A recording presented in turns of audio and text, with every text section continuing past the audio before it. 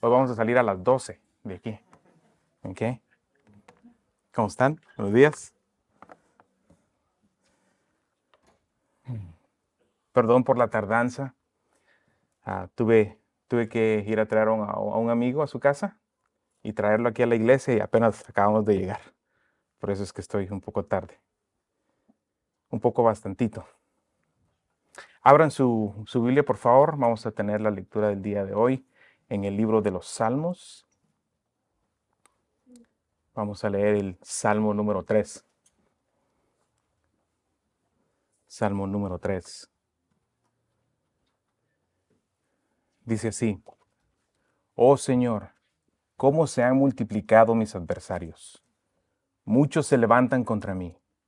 Muchos dicen de mí, para él no hay salvación en Dios. Selah. Pero tú, oh Jehová, eres escudo en derredor mío, mi gloria y el que levanta mi cabeza.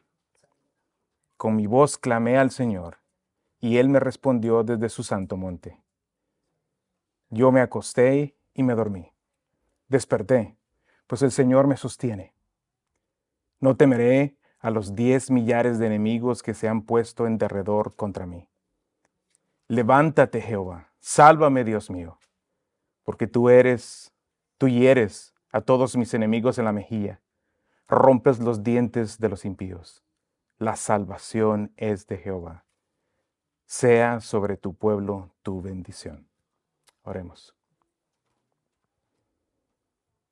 Padre eterno, cuán confiados tenemos que estar, debemos de estar, porque eres tú quien protege a los tuyos. Y por eso, oh Dios, te damos gracias en esta mañana. Es gracias a ti y no a nuestras circunstancias que podemos estar tranquilos. Es gracias a ti, Señor, que podemos tener seguridad, no en nuestras circunstancias, sino en tus promesas. Señor, es tu palabra como agua en el desierto. Es como esa agua que refresca. El saber, Señor, que podemos inclinar, Señor, nuestras voces a ti, alzar nuestras voces a ti, y tu oído santo escucha nuestras oraciones. No porque seamos merecedores de tal cosa, sino por la obra de tu Hijo Jesucristo a favor nuestro. Y por eso, oh Dios, te damos gracias.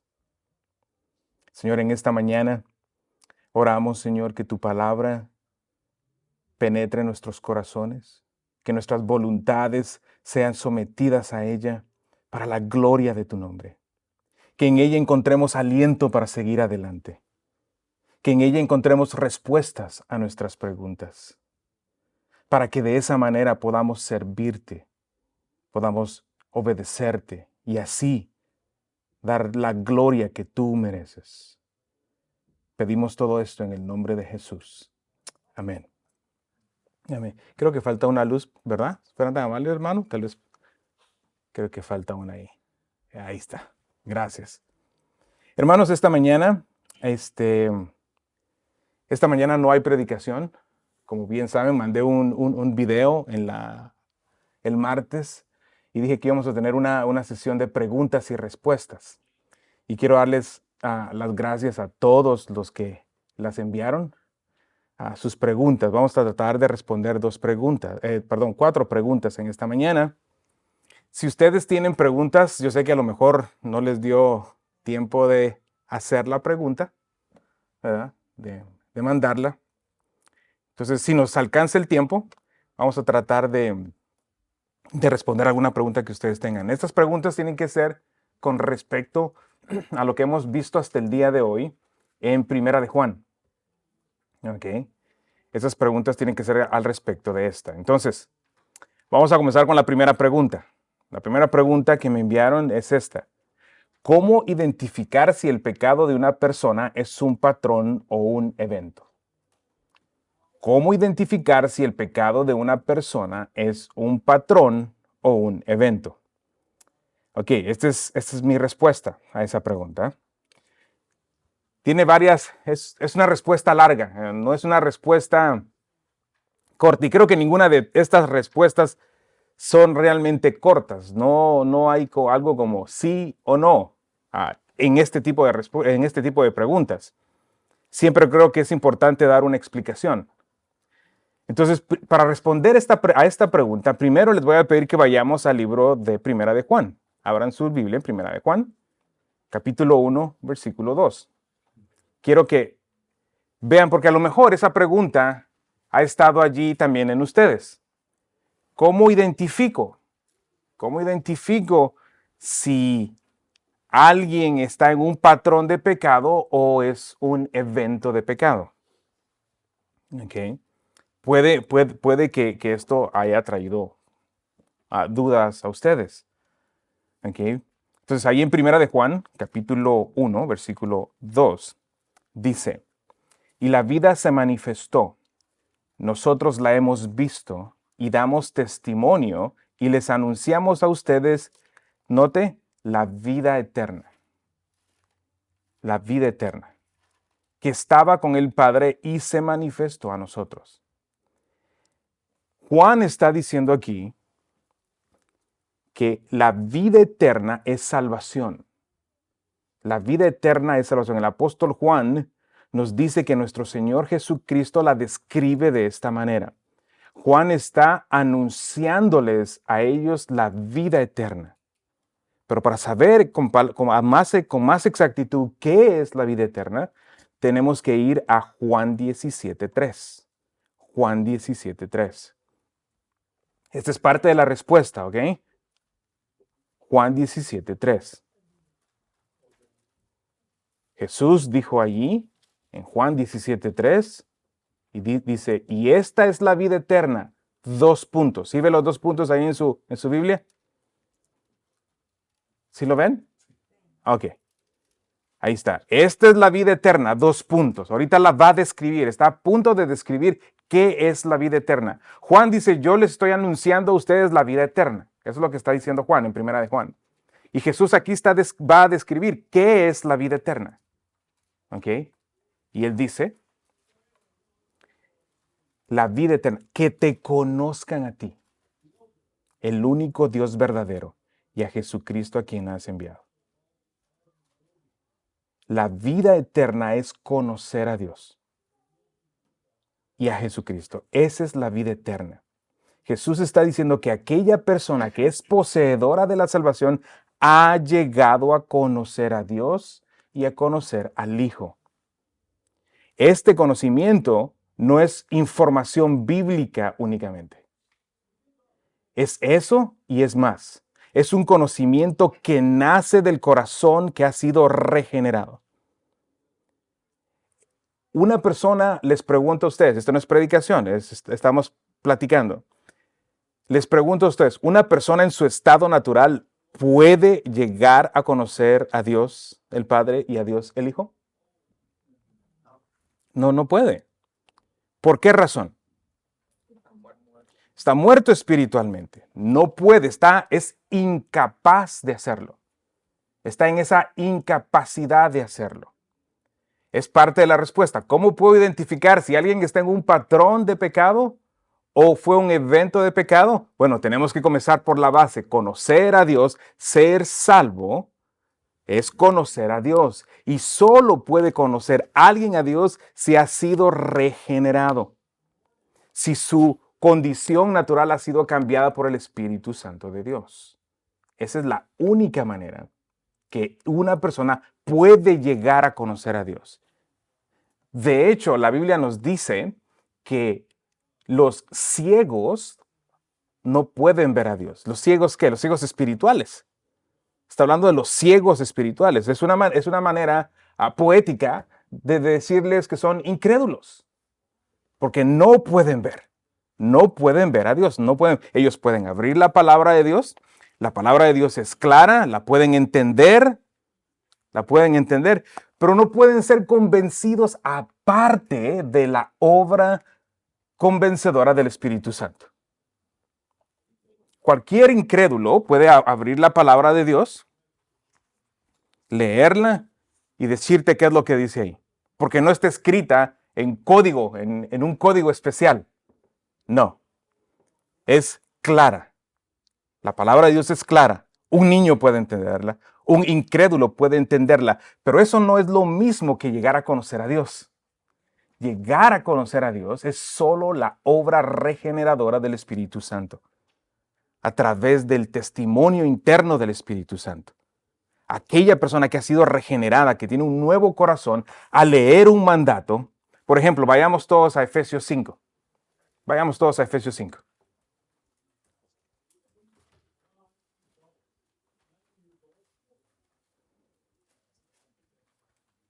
Versículo 25.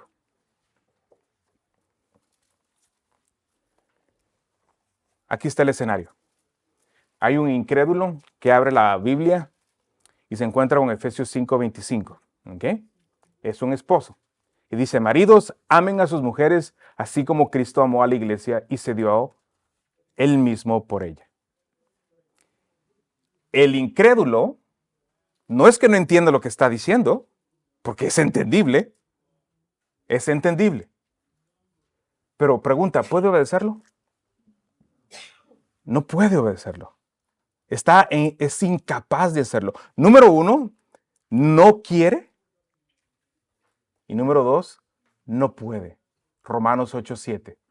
Romanos 8:7. Pablo nos dice de la incapacidad del hombre para obedecer a Dios y que no quiere. Es cuestión de voluntad y de capacidad. Ni quiere ni puede. Ese es un hombre que no ha sido regenerado. Entonces, de regreso a la pregunta.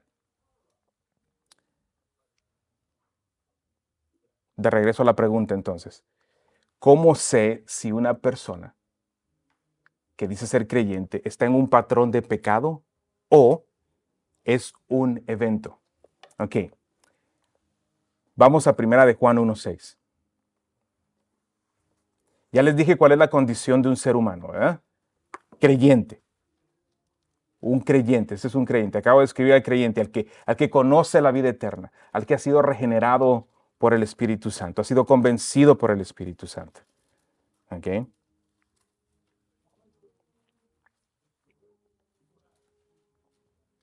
Primera de Juan 1:6 dice, si decimos que tenemos comunión con Él, pero andamos en tinieblas, mentimos y no practicamos la verdad. Hermanos, para conocer al verdadero, para reconocer al falso, tenemos que conocer lo verdadero. ¿Ustedes saben cómo identificar billetes falsos? ¿Alguien sabe cómo identificar billetes falsos? ¿Cómo? La luz. ¿Por qué la luz, Sebastián? La luz refleja. ¿Qué es lo que refleja la luz? Si es falso, si no es falso. Pero ¿cómo? Hay ciertas cosas que te dicen si es falso o no. ¿Qué es eso? Exacto, gracias. Hay marcas, hay marcas en el billete original que te dicen, puestas ahí por la Reserva Federal, que te dice que este es un billete verdadero.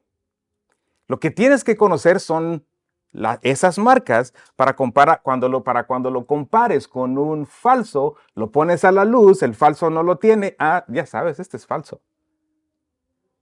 Entonces tienes que conocer el billete verdadero. Yo trabajé en un banco, no aquí en Guatemala, y nos enseñaban a tocar los billetes porque tienen cierta textura que los falsos no los tienen, son completamente lisos. Entonces, incluso tocando la textura del billete, traen un hilo dentro. ¿Se han dado cuenta que unos billetes traen como un hilito dentro del mismo billete? Y tú puedes sacar ese hilo del billete. Los falsos no tienen eso, porque eso requiere más trabajo, ¿no? Entonces, los que hacen los billetes falsos solo los copian. Entonces, tú tienes que conocer el verdadero para poder conocer el falso. Ok. Aquí está. Si decimos que tenemos comunión con Él y andamos en tinieblas, mentimos y no practicamos la verdad. La palabra aquí clave es andar. ¿La puedes ver ahí en el texto? En el versículo 6. Andamos en tinieblas. Andar en tinieblas. Peripateo en griego. Este es un estilo de vida. Eso es lo que significa.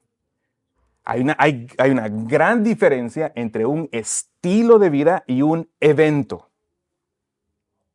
¿Se entiende? ¿Alguien tiene dificultades entendiendo eso? La diferencia entre un estilo de vida y un evento. Un evento es algo eventual, de ahí viene la palabra evento. Es algo eventual, no es de siempre. La conferencia bíblica de la gracia es un evento. Es una vez al año. No es nuestro estilo de vida. La iglesia, domingo a domingo, es nuestro estilo de vida. Bueno, la iglesia es nuestro peripateo. Ese es nuestro estilo de vida. Entonces, Juan está diciendo, el que tiene un estilo de vida pecaminoso y dice ser creyente, es mentira, no lo es. No lo es. No está practicando la verdad, sino lo que está practicando es el pecado. Ese es su estilo de vida. Ve al final del versículo 6. Dice, mentimos y no practicamos la verdad. Él lo que está practicando, él o ella lo que está practicando es una vida pecaminosa. Ese es el peripateo. Eso es lo que es normal. Esa persona es caracterizada por eso. ¿Okay? Entonces, un falso creyente profesa tener una relación con Dios, viene a la iglesia, tristemente se ha disfrazado a sí mismo de religión, le gusta estar en la iglesia porque tiene amigos, porque los cristianos somos amables, porque los cristianos nos amamos los unos a los otros, y se siente bien estar en la iglesia. Y le gusta, pero su estilo de vida dice todo lo contrario. ¿Okay? Ese es un falso creyente. Un falso creyente sería alguien que dice, yo tengo una relación con Dios y está viviendo con su novia o con su novio. Y obviamente están teniendo relaciones sexuales. Están viviendo. ¿Sí? ¿Escuchó la palabra? Estilo de vida, peripateo. Mentira. No es un creyente. Es un mentiroso. Eso es lo que es. Él o ella cree que es un creyente. Cree. Pero no lo es. Lo que es un mentiroso. Porque ese es su estilo de vida. Ese es su estilo de vida. Pero vea en el versículo 7, ahí de Primera de Juan, en el capítulo 1, vea el contraste. Vea el contraste. Estamos identificando, estamos tratando de conocer el billete verdadero para poder identificar el billete falso, ¿ok? Usando esa analogía. Vea ahí en el versículo 7 dice, pero si andamos en luz.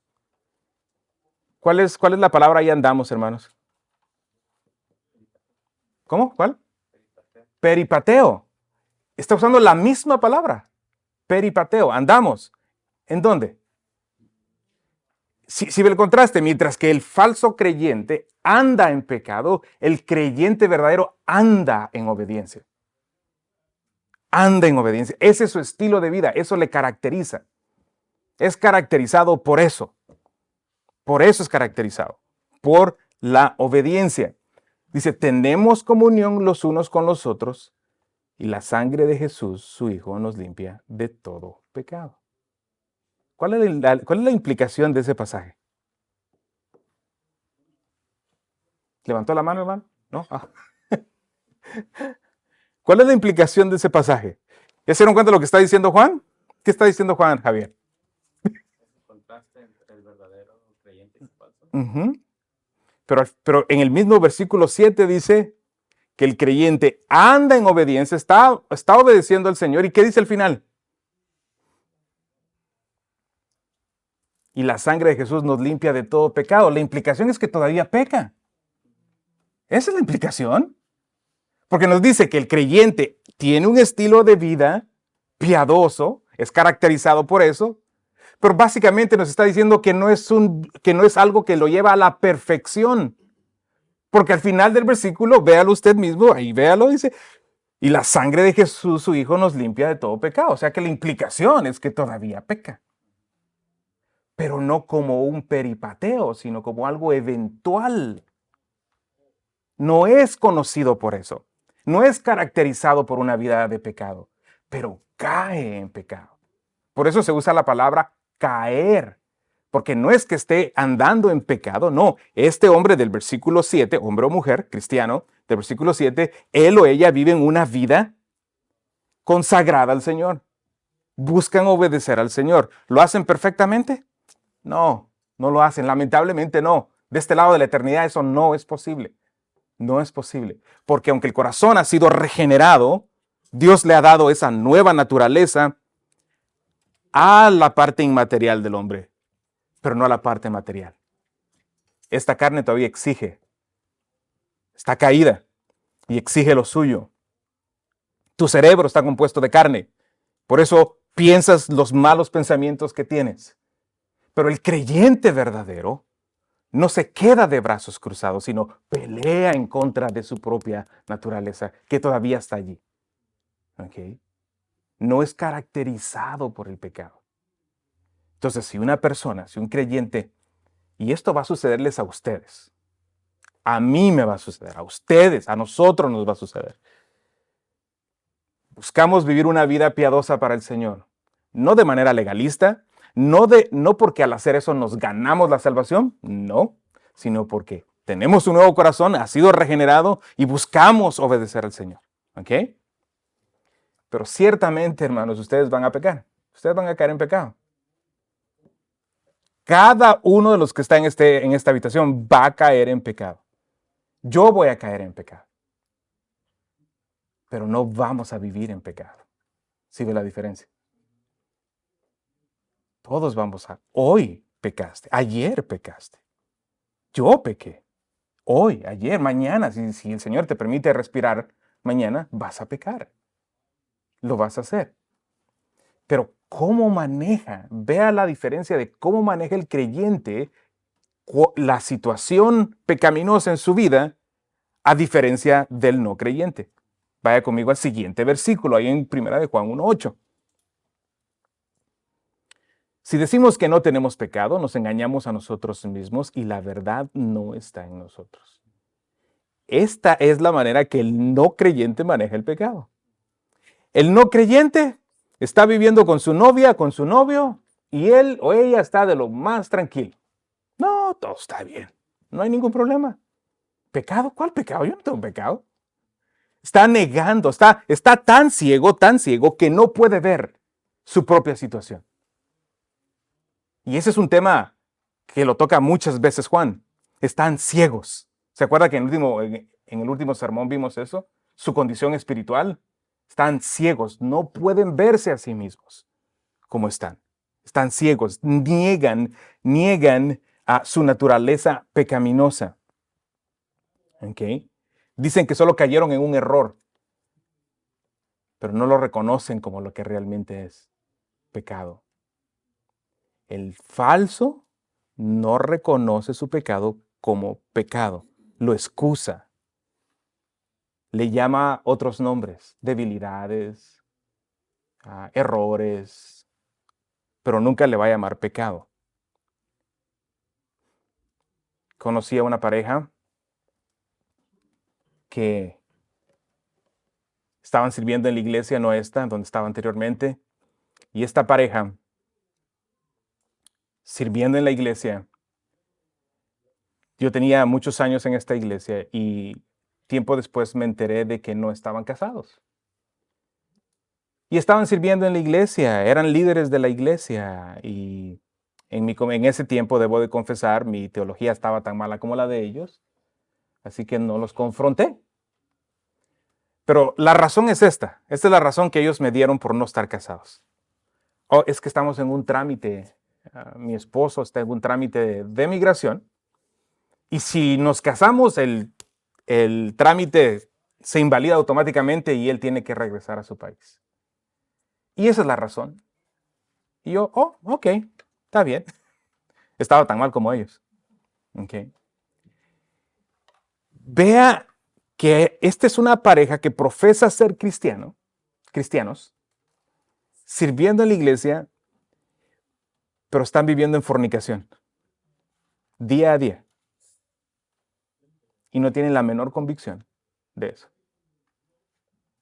Ni ellos ni yo. A mí me lo dijeron en esa ocasión y yo, ok, está bien. Si los pastores te lo permitieron, está bien. El creyente no hace eso, hermanos. El creyente que ha nacido de nuevo, que tiene un nuevo corazón, una nueva naturaleza, que odia el pecado y ama a la palabra de Dios, se repugna por su propio pecado. Hay una convicción, por eso es que es un trabajo sobrenatural. La regeneración es el milagro más grande que puede haber, mayor que cualquier otro milagro. Porque lo que el hombre en su naturaleza no puede ver y estar consciente de, a través de la convicción del Espíritu Santo, es consciente de. Alguien que ha sido nacido de nuevo no puede vivir en pecado. No puede. No puede. Su naturaleza no se lo permite. Ya he dicho esta ilustración varias veces. Y no es mía, se la copié a Paul Washer. Él dijo esto en una ocasión. Tienes a un buitre aquí. Todos conocen los buitres, ¿verdad que sí? Ok, y tienes una paloma aquí. Aquí está el buitre y le pones maíz o semillas para que se lo coma. Y aquí está la paloma y le pones carne para que se la coma. Pueden hacerlo. ¿Por qué no pueden hacerlo? Por su naturaleza, el buitre no puede comer semillas. Va en contra de su naturaleza. El pecador no puede hacer otra cosa que pecar. Esa es su naturaleza. No puede identificar su pecado. No puede. Es imposible. Su naturaleza no se lo permite. ¿Qué tendríamos que hacer para que el buitre comiera las semillas y la paloma comiera la carne? Cambiar la naturaleza. Es una ilustración. No podemos hacer eso. Es una ilustración, pero vea entonces, si aquella persona ahora, Dios ha cambiado su naturaleza y tiene a su novio o su novia con la que ha estado viviendo todo el tiempo y están teniendo relaciones sexuales, y eso es fornicación, es convencida, por eso dice, no puedo seguir haciendo esto. Algo tenemos que hacer, pero yo no puedo seguir haciendo esto, porque el deseo del corazón de un creyente es obedecer a Dios. ¿Lo hacemos perfecto? No. ¿Se acuerdan cuando sus hijos estaban chiquillos? ¿Se acuerdan cuando Lucas estaba chiquito? Yo me acuerdo cuando comenzó a caminar, cuando Silas comenzó a caminar. No caminaban bien, ¿verdad que no? Pero caminaban. Bueno, así somos nosotros en el Señor. Tambaleando, pero estamos caminando en el Señor. ¿Ok? Es decir, el falso creyente no tiene la menor conciencia de pecado. Le dices que está pecando y lo va a excusar de alguna manera. ¿Okay? El falso creyente no entiende, ni ve, ni consiente Romanos 3:10, que dice, como está escrito, no hay justo ni aún uno, no hay quien entienda, no hay quien busque a Dios, todos se han desviado, a unas se hicieron inútiles, no hay quien haga lo bueno, no hay ni siquiera uno. Sepulcro abierto es su garganta, engañan de continuo con su lengua, veneno de serpientes hay bajo sus labios, llena está su boca de maldición y amargura. Sus pies son veloces para derramar sangre, destrucción y miseria hay en sus caminos, y la senda de paz no han conocido. No hay temor de Dios delante de sus ojos. Esa es la descripción de un ser humano. Esa era la descripción tuya antes de venir a Cristo. Esa era la descripción mía antes de venir a Cristo. Somos diferentes porque el Espíritu Santo nos ha regenerado, porque el Espíritu Santo nos ha convencido de su palabra. ¿Okay? Ve ahí en el versículo 9. Esa es parte de la respuesta. Tenía que ser una respuesta larga a esa pregunta. Veamos ahora cómo maneja una situación de pecado el verdadero creyente, el que cae en pecado. 1 Juan 1:9. Si confesamos nuestros pecados, Él es fiel y justo para perdonarnos los pecados y limpiarnos de toda maldad. La palabra clave aquí es confesamos, confesar, del griego homologeo, que significa decir lo mismo. Eso es lo que significa, decir lo mismo. ¿Decir lo mismo que qué o quién? Sería la pregunta. Exactamente. Decir lo mismo que Dios. Dios dice que vas a pecar. Dios dice que vas a ofender con tu lengua. Por ejemplo, Santiago 3:2 dice, porque todos fallamos de muchas maneras. Eso es pecar. Si alguien no falla en lo que dice, es un hombre perfecto, capaz también de refrenar todo su cuerpo, lo cual es imposible. No se puede. ¿Ok? Santiago, Dios a través de Santiago nos está acusando de que nosotros pecamos con nuestras palabras. Ofendemos, incluso como hermanos. Lo hacemos. ¿Ok? Esa es la acusación de Dios para nosotros. ¿Y el creyente qué hace? Homologeo. Repite lo mismo. Confiesa, admite. Sí, Señor, es cierto. Perdóname. Yo ofendí. ¿Sí ve cómo maneja el pecado el creyente no ignora su pecado. No lo ignora, sino que se pone de acuerdo con lo que Dios ya dijo acerca de él. Repite lo mismo, lo admite. Es cierto, Señor, perdóname. Confiesa su pecado. Esa es la manera. Mientras que el no creyente lo ignora, lo excusa, el verdadero creyente cuando peca, incluso si llegara a pecar, esos pecados horribles, horrendos, fornicación, si llegara a hacerlo, puede arrepentirse, claro que sí. Claro que sí. Y no significa que no sea un creyente. No significa que no sea un creyente. Porque vea cómo está respondiendo ante el pecado. Está confesándolo. Y en la confesión siempre van de la mano con el arrepentimiento. Siempre. Una confesión bíblica sin el arrepentimiento deja de ser bíblica. La confesión bíblica confiesa, admite su pecado y se arrepiente. Siempre van juntos. Siempre van juntos. Sí. Sí. ¿A qué suena eso? ¿A qué suena eso? Buena pregunta, pero ¿a qué suena eso con respecto al peripateo? ¿A qué suena eso? Suena a un estilo de vida.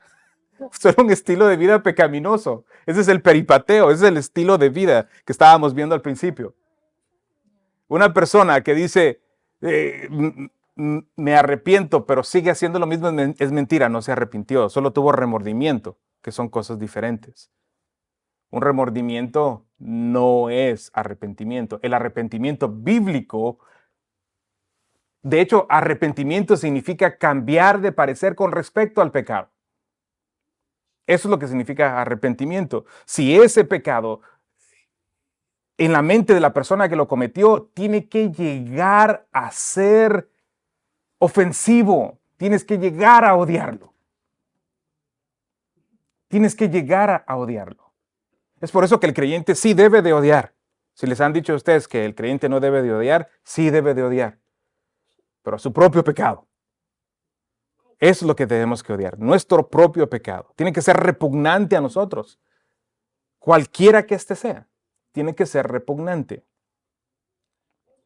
Entonces, ¿sí ve la diferencia cómo maneja uno, el verdadero creyente, el pecado a comparación del falso creyente?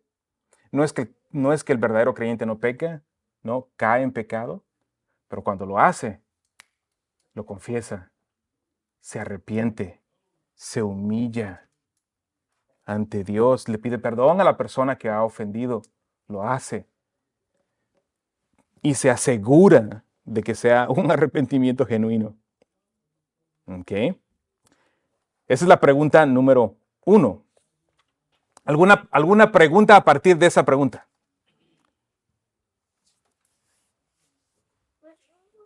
Hable ahora o calle para siempre. Dice, ¿cuántas veces tiene que caer alguien para que sea algo recurrente? 3. No sé. ¿Cuántas veces tiene que caer? No, la Biblia no nos da números así. Vea que vea este patrón en la Biblia.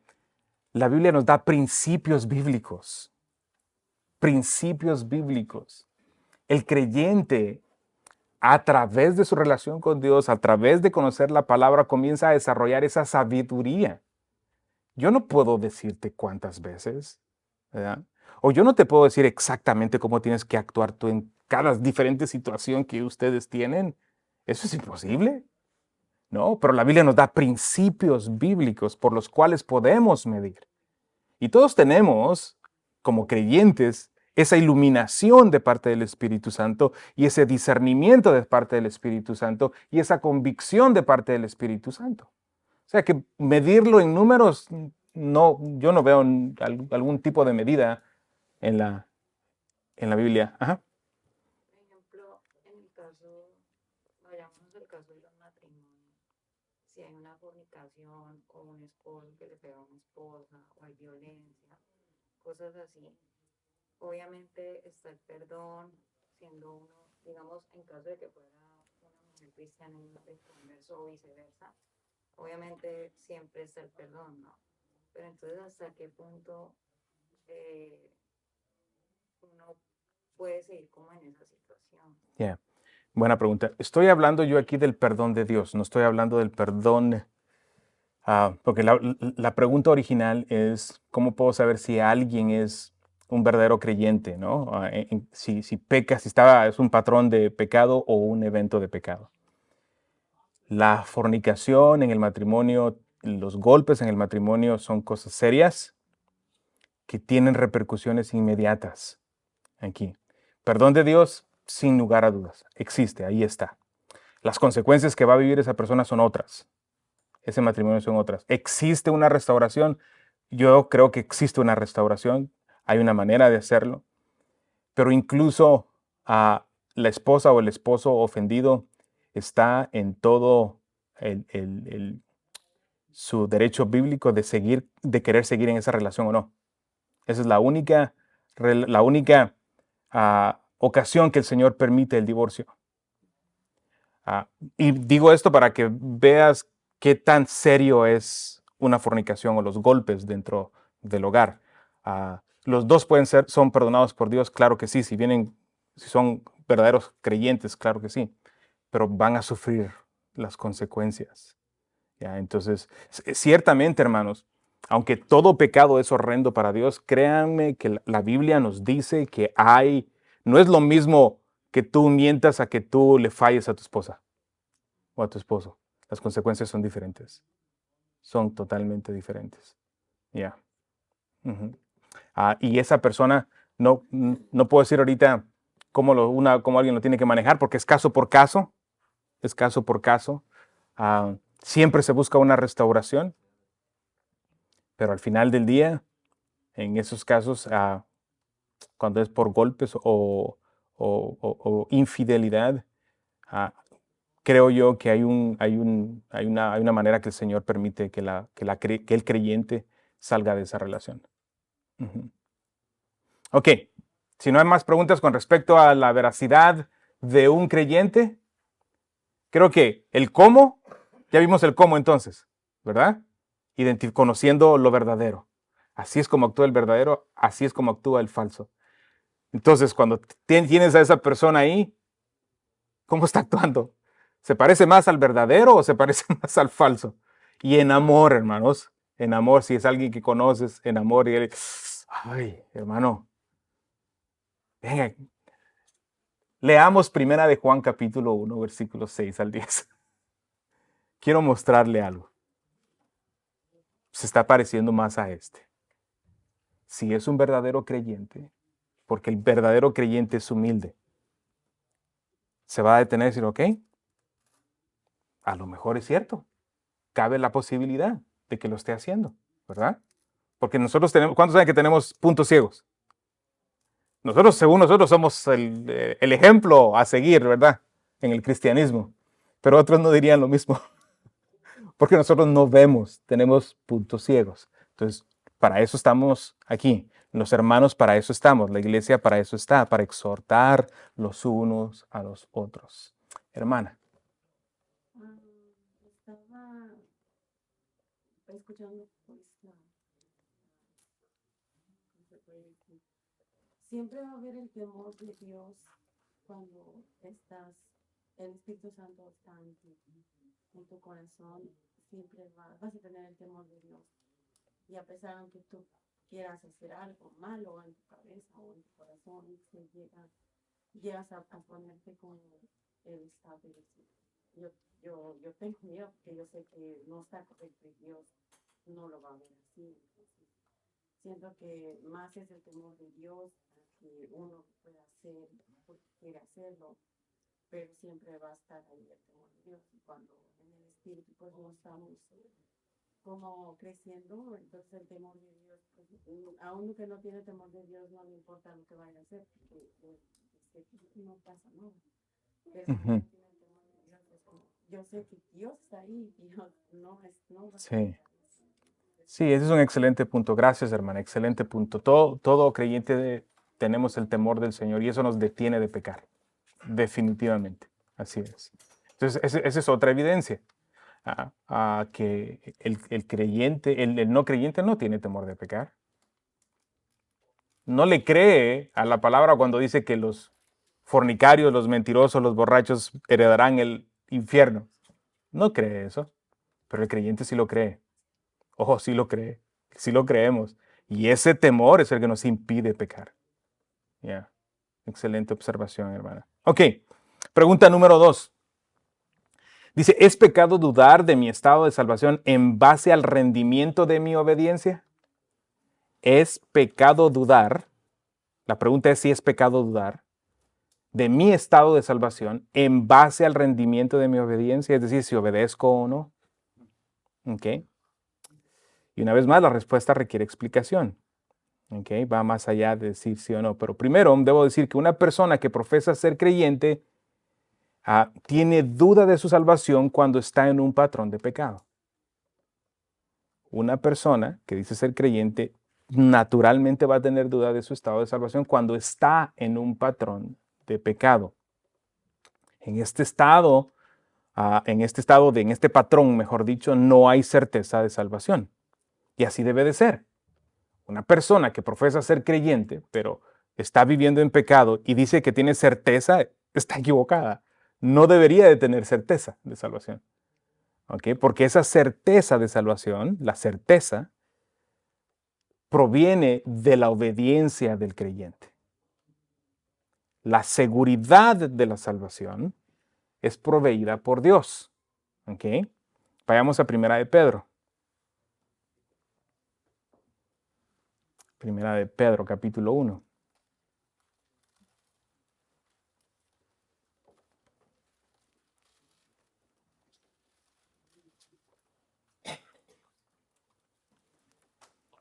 Vamos a leer el versículo 3, comenzando en el versículo 3.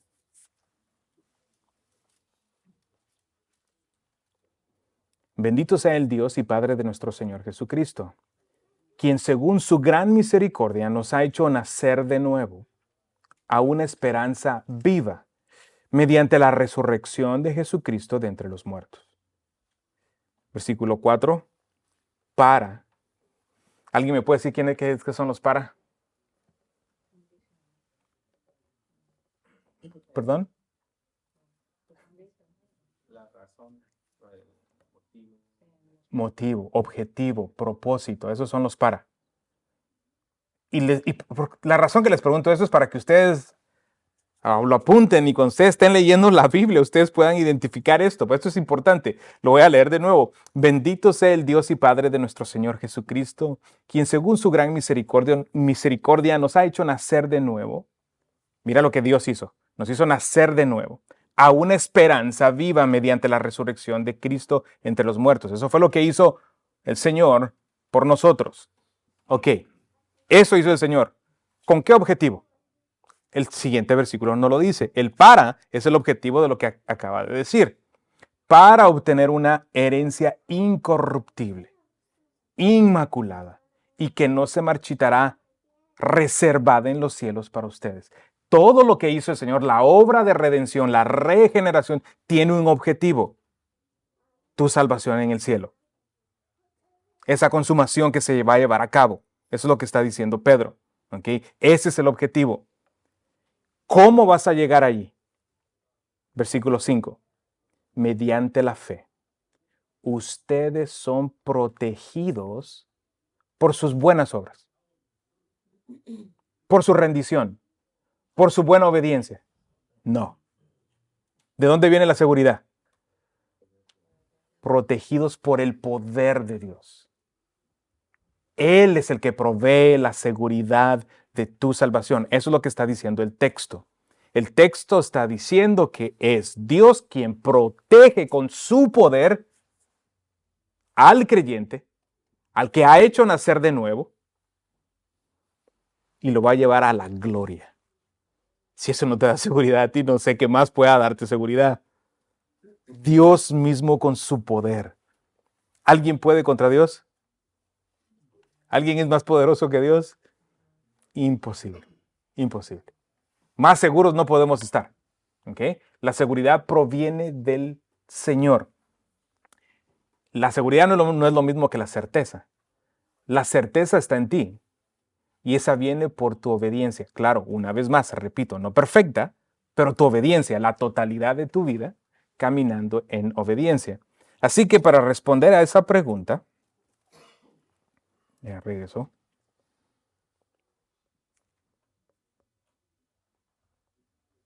Si es pecado dudar de mi estado de salvación, yo diría que inicialmente puede ser que la persona, por falta de este conocimiento bíblico, pueda estar dudando. Pero una vez que entiende, por ejemplo, Primera de Pedro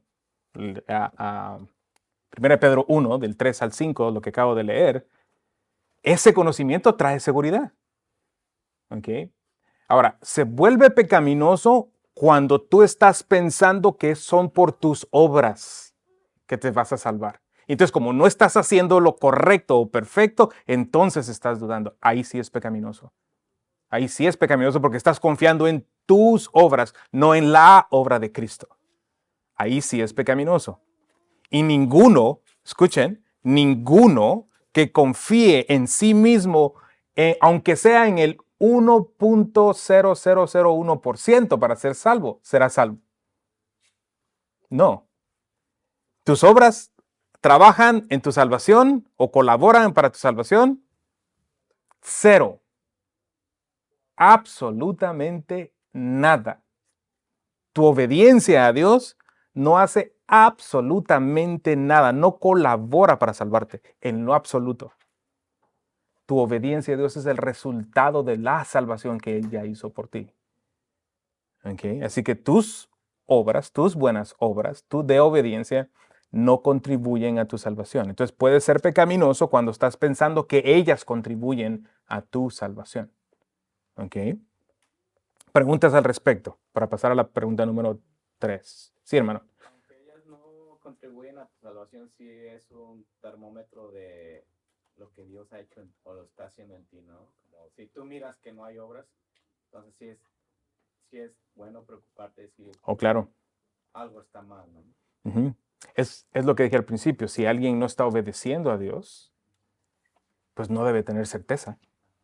No hay razón por la que tenga certeza. Es más, sería un falso creyente. Ajá. Ya, excelente punto. Pregunta número 3. Voy a pasar al número 4 por cuestión de tiempo. Y si me queda tiempo, regreso a la 3. Pregunta número 4. ¿Puede un verdadero creyente no compartir el evangelio por miedo al rechazo? Y si no lo hace, ¿significa que no es creyente? ¿Puede un verdadero creyente no compartir el evangelio por miedo al rechazo? Y si no lo hace, ¿significa que no es creyente? Primero, compartir el evangelio siempre es un reto. Siempre es un reto. Siempre vamos a tener cierto nivel de temor. Si alguno de ustedes me dice que no tiene temor cuando comparte el evangelio, por cualquier razón me está mintiendo. Arrepiéntase. Yo procuro compartir el evangelio semana tras semana con personas que no conozco y siempre tengo temor, estoy temblando, porque por dentro siento un mariposeo, ¿no? Pero es de temor, más que de emoción, es de temor. Entonces, eso es importante entender, eso siempre va a estar ahí. El problema está cuando es ese temor quien te hace actuar, o mejor dicho, no actuar en compartir el evangelio. Ahí sí se vuelve pecaminoso. En otras palabras, creo que es pecado no compartir el evangelio. Y esta es la razón bíblica. Mateo 28, 18 al 20. Acercándose Jesús les dijo: toda autoridad me ha sido dada. Esto es como... Imagínense el escenario. Aquí está Jesús con sus discípulos, ¿verdad? Estas son las últimas palabras de Jesús antes de su ascensión. Y está aquí. Y es como que le está poniendo esta gran presión. Toda autoridad me ha sido dada a mí. Imagínense cómo se sintieron los discípulos. Toda la autoridad está sobre Cristo. Y ahora les da un mandato. ¿Qué fuerza lleva eso? Eso es lo que quiero decir. La fuerza de las palabras que están a punto de salir de la boca de Jesús tienen autoridad, mucha autoridad. Y estas son las palabras. Versículo 19. Vayan pues y hagan discípulos de todas las naciones, bautizándolos en el nombre del Padre, del Hijo y del Espíritu Santo. Versículo 20. Enseñándoles a guardar todo lo que les he mandado. Y recuerden, yo estoy con ustedes todos los días hasta el fin del mundo. Yo no creo que esto sea así como lo hemos romantizado. Ay, Jesús está conmigo hasta el fin del mundo. No, yo soy la autoridad, te estoy dando una orden y acuérdate, yo voy a estar ahí viendo. Eso es lo que está diciendo. Eso es lo que está diciendo Jesús. No es ciertamente qué rico saber que Cristo está con nosotros. No, es un confort, pero en el contexto, ve el contexto. Jesús comienza diciendo, yo tengo toda la autoridad, esta es tu orden y aquí voy a estar viéndote todo el tiempo. Eso es lo que está diciendo Jesús. El imperativo aquí del versículo 19, hay dos verbos, vayan y hagan. Ir no es un imperativo. Es un verbo, pero no es un imperativo. Hacer, hagan, es el imperativo. De los dos verbos, este es el principal, el hacer. Este es el mandato. El creyente tiene que hacer discípulos. No es opcional. Tienes que hacerlo. ¿Por qué? Porque es un mandato. Y como cualquier otro mandato de nuestro Señor, ¿qué es lo que hace el creyente? Busca obedecerlo. Porque obedecer a Cristo es amarle. Ese es el argumento de Juan. Regresando a Juan. Juan 1, primera de Juan capítulo 2, 3 al 6. Habla de eso, que el verdadero creyente obedece los mandamientos. Obedece no solo los mandamientos, sino la palabra. Cualquier declaración doctrinal que esté en la palabra, la obedece. Entonces, este es otro mandamiento que tiene que ser cumplido. Entonces, si tu timidez, si tu temor, si tu... es que no tengo buenas palabras, si todo eso te impide obedecer, estás pecando. Estás pecando. Es pecado. No compartir el evangelio es pecado porque estás mandado a compartir el evangelio. No es opcional. No es opcional. ¿Ok? Marcos 16:15 son las palabras de Jesús. Y les dijo, vayan por todo el mundo y prediquen el evangelio a toda criatura. Otra vez los dos verbos. Ir y hacer. ¿Qué creen? ¿Es ir el imperativo, el vayan ahí? No. El prediquen es el imperativo. El verbo predicar, ese es el imperativo. Ese es el mandato. Un imperativo es un mandato, no es una sugerencia. Los verbos se clasifican de diferentes maneras, pero un imperativo es un mandato. No puedes ignorar esto. Ese es el mandato de Cristo a los discípulos. Y todo creyente, no hay excepción, todo creyente es un discípulo. No es que hay creyentes que son discípulos y creyentes que no son discípulos. Eso no existe. Todos los creyentes son discípulos. Así que tienes que obedecer el mandato de compartir el evangelio. No tienes opción. No tienes opción. Sí. Para esto, para la persona que siente temor, aparte de los estudios bíblicos, las prédicas, es venir a la palabra diariamente para poder tener en base al tema que va a compartir. ¿Hablando del evangelio? Sí, porque dicen, es que yo no sé qué decir. Sí. No sé cómo evangelizar o no sé cómo predicar. El temor pienso que puede venir de muchas de muchas fuentes. Uno, falta de conocimiento. Cuando no sabes, si yo me parara aquí, y ese es uno de mis temores, si yo me parara aquí enfrente de ustedes domingo a domingo sin saber qué voy a decir, tuviera un temor horrible. Y mi otra pregunta es, O sea, déjame contestar esta primero. oh, Sí, sí. No, eso es una fuente primero del temor, pienso que es no tener conocimiento. Si no tienes conocimiento, claro que vas a tener temor. ¿Okay? Otra fuente de temor pienso que es cuando tienes la mala concepción en tu mente de que de alguna manera tú vas a hacer que esa persona crea en Cristo. Entonces, y eso es incorrecto. Nosotros no hacemos que nadie crea. Entonces, y ustedes no saben cómo me ha quitado a mí, y lo he dicho en las clases de evangelismo, cómo me ha quitado de mí un peso encima, el saber que yo no soy un vendedor del evangelio. Un vendedor, y los que han trabajado en venta saben que tienen que cerrar la venta. No es solo ofrecer el producto, sino que firme el contrato. ¿Verdad? Eso es lo que yo hacía como vendedor. Tienes que cerrar la venta. Y si no cierras la venta, eres un mal vendedor. ¿Ok? Cualquiera puede presentar el producto, pero que convencerlo, eso se requiere mucha pericia. ¿Ok? Bueno, nosotros no somos vendedores del evangelio. Nosotros presentamos el evangelio. Llamamos a la gente a la convicción de pecado. Rogamos con ellos que vengan al arrepentimiento y a la fe con un genuino amor por ellos. Pero al final del día, tú no cierras la venta. Es el Señor. Es el Espíritu Santo de Dios que convence a quien Él quiere, a los elegidos, a los que Él ha predestinado desde la fundación del mundo a salvación. Él es el que lo hace, no somos nosotros. Entonces, si yo voy con la mentalidad de que yo soy el que tengo que cerrar la venta, claro, estás súper nervioso y tienes miedo, pero si vas con relajado, yo voy a ser fiel. El Señor me ha llamado a ser fiel. Yo tengo que compartir el evangelio. Lo que haga el Señor es cuestión de Él, es cosa de Él, no es cosa mía. Entonces creo que el temor se quita de nuestros hombros. Hermanos, ya se me están yendo. Y cuando se me están yendo, ustedes son mi reloj. Gracias. Ya no necesito reloj. Cuando se me comienzan a parar, no sé si se paran porque ya se cansaron y ya estuvo. Este cuate solo 1 hora puede hablar. Sí. Ya sé cuál es mi medida. Hermanos, gracias por venir. Vamos a orar. Y yo creo que este ejercicio de preguntas y respuestas es bueno. Les animo que la próxima vez que se ponga, que se animen a escribir. Solo 2 personas me mandaron esto.